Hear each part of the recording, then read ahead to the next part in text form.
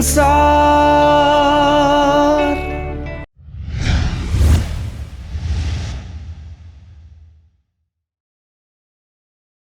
साथीहरु नमस्कार। हामीले यो सेयरटेक फन्डामा तपाईहरुलाई बजार बारे सजग गराउँछौं, बजारको बारेमा जानकारी गराउँछौं, केही इन्डिकेटरहरु पनि सावधानी गर्छौं, जस्तो हामी बुझ्छौं त्यस्तै हिसाबमा तपाईसँग कुरा राख्छौं। र विगत 2 हप्ता मैले तपाईहरुसँग चाहिने यो बजार नकारात्मकको बीचमा म तपाईहरु प्रति उपस्थित भएर मैले तपाईहरुलाई भन्नु उचित ठानिन, त्यसैले मैले तपाईहरुलाई बजार प्रति अपडेट गराइन।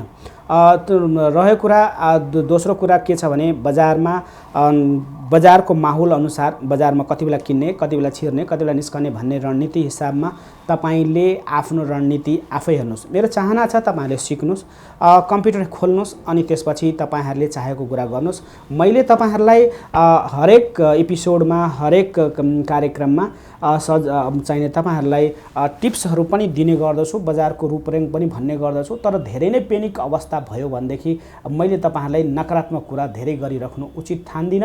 सिकाउने र सिक्ने मात्रै भएकोले म तपाईहरुसँग त्यसै आज मैले तपाईहरुलाई बजारमा के हुन्छ भन्ने दृष्टिकोण, तपाई अझै पनि बजारलाई मैले भनेको छु 200 दिन भन्दा मुभी तल स्टक्सको प्राइस गइसकेपछि बजार उठ्न केही समय लाग्छ र बजारलाई आफ्नो लेभलमा आउन दिनुपर्छ, त्यसपछि लगानी गर्नुपर्छ। हौसिएर हतारिएर बिना लक्ष्यको साथमा कहिले पनि किन्नु हुँदैन भन्ने कुरा भन्यो भने तपाईले दीर्घकालीन लगानीको प्लानिङ गर्न जरुरी छ। त्यो दीर्घकालीन लगानी भनेको तपाईले यदि 100 किता किन्दै हुनुहुन्छ भने 10 किता लगानी गर्नुहोस्। बजार जब तपाईले देख्नुभयो 20-25% भन्दा तल गइसकेको अवस्थामा तपाईले पार्शियल इन्भेस्टमेन्ट गर्न सक्नुपर्छ भन्ने मेरो भनाइ हो। रह्यो कुरा यो जरुरी छैन कि म बटममै पुगेर किन्छु या लास्टमा किन्छु भन्ने हिसाबमा पनि हुन सक्छ। त्यति बेला तपाईसँग चाहिने बायर तपाईलाई त्यहाँ सेलर नहुन सक्छ, सर्किट लाग्न सक्छ, तपाईले किन्न पनि चाहन सक्नुहुन्न। त्यसैले बजार अब केही समय हामीले जो ट्रेन्ड देख्यौं त्यसपछि लगभग 10% 20% को हाराहारीमा तपाईले आफ्नो पोर्टफोलियोको साइज अनुसारको इन्भेस्टमेन्ट गर्न सक्नुहुन्छ। त्यति भन्दै अब बजारमा हामीले जो अस्तिको हप्तामा मैले कम्पेयर गर्न तपाईहरुलाई सिकाउन खोजेको हो। आज मैले तपाईलाई बजारमा कुन सेक्टरले वास्तवमा कुन सेक्टर पहिले चढ्यो र कुन सेक्टर पहिले झर्यो र कति हाम्रो ट्र्याक भन्दा बोलिन्जर ब्यान्ड भन्दा मास्तिर कुन सेक्टर गयो भन्ने कुरा एउटा धारणा राख्छु। र अर्को धारणा तपाईहरुलाई कि बाइ डिमान्ड र डिमान्ड जोन र सप्लाई जोन कसरी पत्ता लगाउने भन्ने कुरा तपाईहरुलाई मैले बुझाउँछु। त सप्लाई जोन र डिमान्ड जोन तपाईहरुले बुझ्नुभयो भने कति बेला छिर्ने र कति बेला निस्कने बुझ्न सक्नुहुन्छ। र सर्ट टर्मको ट्रेडर्सको लागि भने लङ टर्म ट्रेडर्सले चाहिने आफ्नो रणनीति बनाउनुपर्छ। साथीहरुलाई कुनै गाह्रो छ भने हामीले पोर्टफोलियो म्यानेजमेन्ट गर्छौं, पोर्टफोलियो इन्भेस्टमेन्ट पनि गर्छौं। त्यसैले तपाईहरु हामी कहाँ पनि वक इन हुन सक्नुहुन्छ। मेरो सम्पर्क नम्बर मैले सार्वजनिक 98511 56608 98511 56608 मा तपाईले मलाई सम्पर्क गर्न सक्नुहुन्छ। मेसेज गर्नु होला, हत्तपत्तमा कल उठाउँदिन, तर मेसेज गर्नुभयो भने व्हाट्सएप गर्नुभयो भने म रिस्पोन्ड गर्नेछु। साथीहरु अब बजारमा हामीले हेर्दै गर्दा सबैभन्दा पहिले बजारको जो गति आयो, सबभन्दा पहिले उकालो लागेर हाइट दिँदाखेरि इन्स्योरेन्स सेक्टरमा हामीले देख्यौं कि सबैभन्दा पहिले इन्स्योरेन्स सेक्टरले अलिकति हामीलाई माथि गएको अवस्था देख्यौं। त्यसपछि बिस्तारै गएर त्यसलाई फलो गर्दै चाहिने इन्स्योरेन्स पछि हामीले देखेको थियौं यो लाइन। त्यसपछि अर्को उकालो लाग्नेमा हामीले देख्यौं कि होटल्सले पनि राम्रो, होटल्सले चाहिने अलिकति हामीलाई बिप दियो। त्यसपछि यसरी बिस्तारै यसरी हाइट लिएर हामी 3200 को बजारमा पुग्यौं र पुग्ने क्रममा हामीले देख्यौं कि होटल पुग्यो। त्यसपछि फाइनान्स कम्पनीहरु पनि उठ्नलाई खोजे र खोज्दै जाँदा बजारमा एउटा ट्रेन्ड भाँचिएर यसरी गयो र सबभन्दा पहिले चाहिने इन्भेस्टमेन्ट कम्पनीहरु इन्भेस्टमेन्ट सेगमेन्ट चाहिँ तल झरेको अवस्था यसरी कम्पेयर गरेर हामीले हेर्न सक्छौं। 4-5 वटा त्यो गर्नको लागि अल्फा चार्टमा जाने, कम प्लस छ माथिमा टाउकोमा तपाईले हेर्नुभयो भने प्लस छ, कम्पेयरमा गएर कम्पेयर गर्नुस् र चार्ट जुन चार्ट चाहनुहुन्छ त्यो चार्ट त्यो स्टकसँग तपाईले ग्राफलाई कम्पेरिजन गर्न सक्नुहुन्छ। यसरी हामी देख्छौं कि बजारमा अझै पनि केही सेगमेन्ट बजारमा हामीले के देख्यौँ भन्दा सबैभन्दा पहिले धेरै यो झर्ने क्रम यस्तो छ कि सबैले एउटा लेभलमा पुगिसकेपछि अहिले बजार आएर कतै अब त्यो लेभल बोलिन्जर ब्यान्डको तल्लो लेभलमा अझ पेनिक अवस्थामा तल झरेकोले कतै बजारमा बेयर स्ट्रेन्थ त हुँदैन भन्ने आशंकाहरू जन्मेका छन् र यो आशंकाहरू स्वाभाविक छ। त्यसैले स्वाभाविक छ, यस्तो हुनु स्वाभाविक छ किनभने आरएसआईको ट्रेन्ड 40-60 भन्दा माथि गएन, 40 भन्दा मुनि नै गयो, बढ्ने ट्रेन्ड दियो। हामीले पनि कन्फर्म गऱ्यौँ कि बजारमा अब छलाङ हान्ने अवस्था, तर छलाङ हान्न सकेन, बजार तलतिरको ओह्रालो लाग्यो र बजारले आफूलाई रिटेन गरेर लिएर जान सकेन, बजार नकारात्मक छ। त्यसपछि लगातार पेनिक चाहिने भइरहेको अवस्था हामी देख्छौँ। त्यसैले बजार एउटा स्थितिमा आइसकेको अवस्था भएकोले अब अहिले आएर बजारमा हामी देख्न सक्छौँ कि बजार एउटा माहौलमा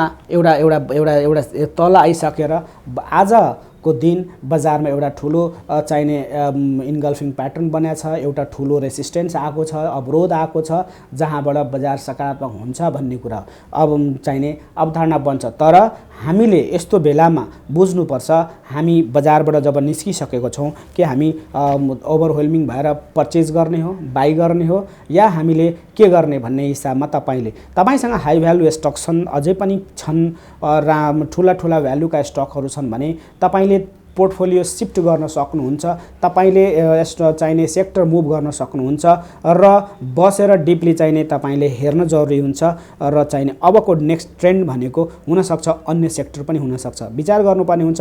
त्यसैले तपाईँले एभरेजिङ गरेर म मेकअप गरौँला भनेर जरुरी छैन त्यही फाइनान्स, त्यही हाइड्रो, त्यही माइक्रो फाइनान्स उठ्ला भनेर। त्यसैले एकपटक पोर्टफोलियोलाई रिभ्यू गर्नुहोस् अनि मात्रै तपाईँले किन्ने सोच बनाउनु होला। वात्तै किनेर बजार बढ्छ भन्ने अपेक्षाको साथ गर्नुभएको छ भने बजार हो 2-3 दिनलाई बढाउन पनि सक्छन्, बजार हो तल पनि झर्न सक्छ, तर आफ्नो रणनीति तपाईँले बनाउनुपर्छ। तपाईँले स्टप लसको टार्गेट लिएर हिँड्नुपर्छ र स्टप लसमै जहाँ तपाईँ निस्कनुपर्छ र स्टप लसमै तपाईँले आफ्नो चाहिने ट्रेलिङ स्टप लसलाई पक्राउने र सेल गर्ने। टार्गेट बिना तपाईँ सेयर बजारमा, लक्ष्य बिना सेयर बजारमा नपस्नुहोस्, तपाईँले टेक्निकल टुल्सहरूको ज्ञान बिना नपस्नुहोस्। बजारको सेन्टिमेन्ट्स बुझ्नलाई तपाईँले सबै इन्डिकेटर्सहरूको बारेमा जानकारी, केही इन्डिकेटर्स त खास 5-7 वटा इन्डिकेटर्स त तपाईँलाई थाहा हुनैपर्छ, नभए बजारमा हुँदैन। त्यसैले यसरी हामीले कम्पेयर गरिसकेपछि हामीले बुझ्छौँ कि बजार चाहिने अलिकति चाहिने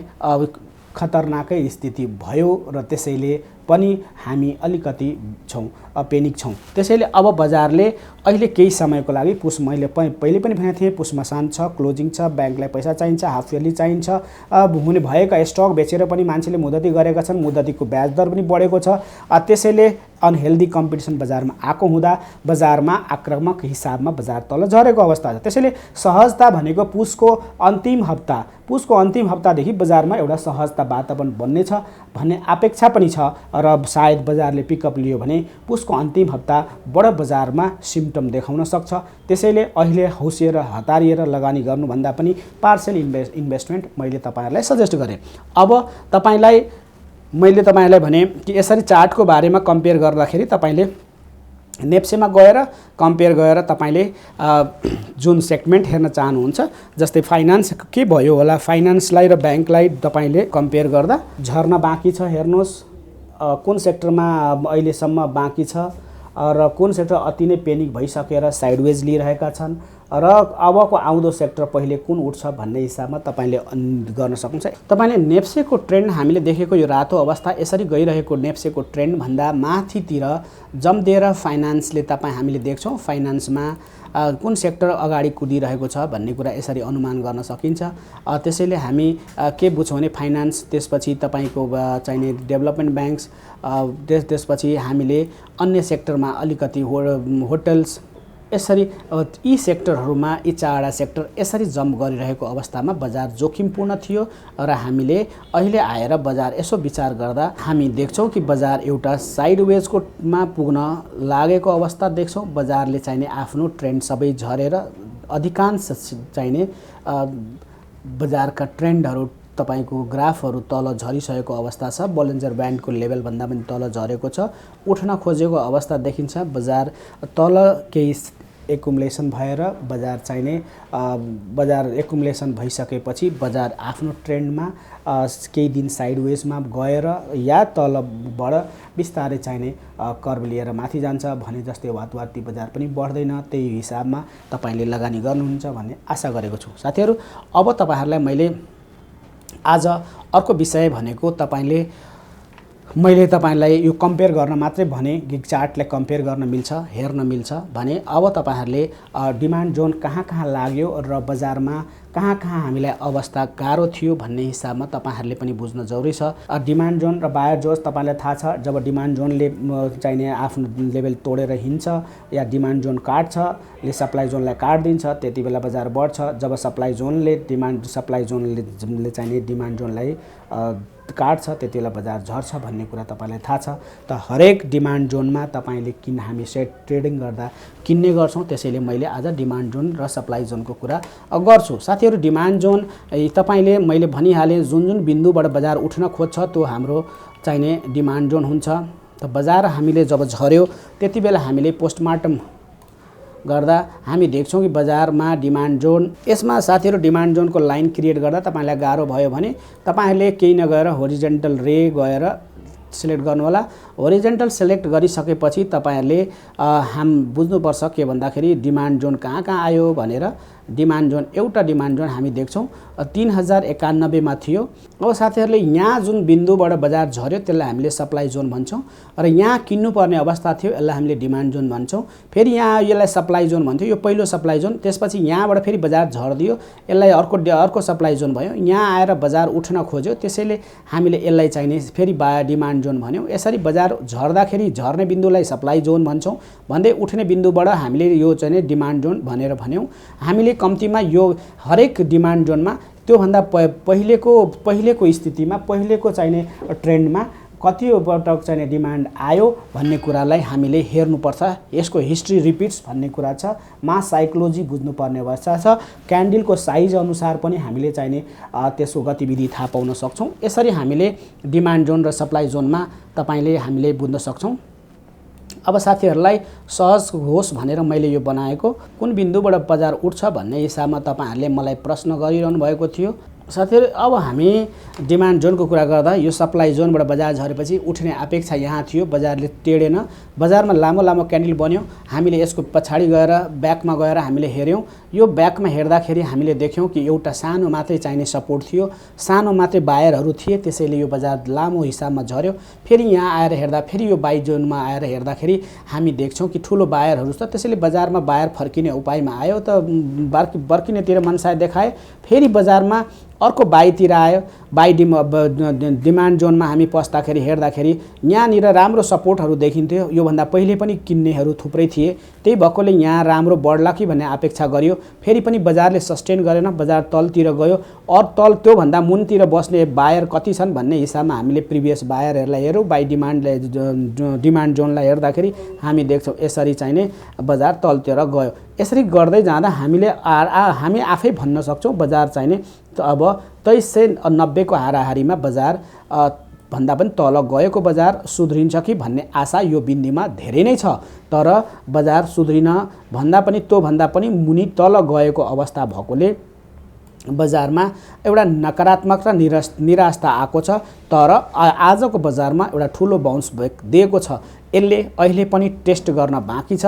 कतै हामी 2476 को बिन्दुलाई पार गर्यो भने बजारमा केही चीज सुधारात्मक हुन सक्छ, होइन भने बजारमा तपाईहरुले आफै अनुमान लगाउन सक्नुहुन्छ त्यसपछिको टेको र सपोर्ट कहाँ जान्छ भन्ने हिसाबमा।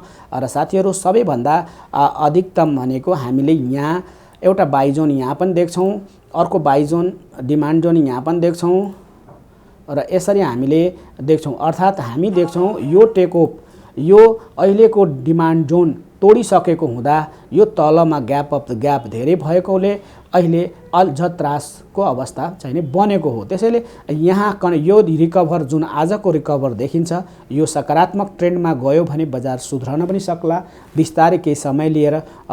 त्यसैले यो बजारमा अहिले भनेको हामी 2000 देखि 1920-26 सम्मको बजार पनि अनुमान गर्न त सकिन्छ, तर हामी त्यति पेसिमिस्टिक हुनुभन्दा पनि हेरौँ आज बजार बाउन्स ब्याक भएको छ। आशा छ तपाईहरूले यसरी डिमान्ड जोन, अब यो डिमान्ड जोनले जब तपाईको सप्लाई जोनलाई काट्न थाल्छ, यो सप्लाई जोन थियो, सप्लाईलाई डिमान्ड जोनले काट्ने प्रयास गर्यो, काट्न सकेन, त्यसैले यो बजार तलतिर गयो। फेरि यहाँ डिमान्ड जोनले चाहिने त्यो तलबाट जो काट्न थाल्छ त्यति बेला हामीले किन्ने गर्छौँ। त्यो क्यान्डल माथि बन्न सक्दैन, बजार तल जहाँ सप्लाई जोन बन्छ, हरेक डिमान्ड जोन फेरि सप्लाई जोन बन्छ, सप्लाई डिमान्ड जोन बन्छ, यसरी चाहिने बजारको निरन्तर भइरहन्छ। तपाईले पास्ट हिस्ट्रीलाई कम्तीमा दुईटा अगाडि प्रिसिडिङलाई दुईटा ट्रेन्डलाई डिमान्डलाई हेर्नुपर्छ र त्यसपछि जति प्रबल हुन्छ, जति अगाडिमा चाहिने बायरहरू हुन्छन्, जति लामो क्यान्डल हुन्छ त्यति कन्फिडेन्स लेभल हाई हुन्छ र जति यो बजारमा जति ग्याप अप धेरै हुन्छ त्यति लामो पेनिक अवस्था हुन सक्छ र जति छोटोमा हाम्रो चाहिने डिमान्ड जोन बनेका हुन्छन् त्यति पोसिबिलिटी र आशाहरू हुन्छन्। यही आधारमा हामीले पनि अनुमान गर्छौँ। तपाईहरुले पनि यसरी गर्नुहोला, हेर्नुहोला, ट्राई गर्नुहोला, नभए मलाई मेसेज गर्नुहोस्, फोन गर्नुहोस्, तपाईले हामीसँग छलफल गर्न सक्नुहुन्छ। यसरी हामीले बजारको 12 वटा चाहिने समग्रमा धारणा बनाउनुपर्छ। साथीहरू हामीले पोर्टफोलियो म्यानेजमेन्ट गर्छौँ र तपाईहरुले पोर्टफोलियो म्यानेजमेन्ट गराउनु छ भने पनि हामीलाई सम्पर्क गर्न सक्नुहुन्छ। तपाईहरुलाई टेक्निकल एनालाइसिस चाहिन्छ भने पनि सम्पर्क गर्न सक्नुहुन्छ। म हप्ताको 2 पटक टेक्निकल एनालाइसिस पनि सिकाउँछु। यति भन्दै आजलाई यो सानो भिडियोबाट बिदा चाहन्छु। तपाईहरु संयम राखेर राम्रोसँग हेरेर विचारेर आफ्नो रणनीति अनुसारको किनबेच गर्नुहोला भन्दै बिदा चाहन्छु। धन्यवाद, नमस्कार।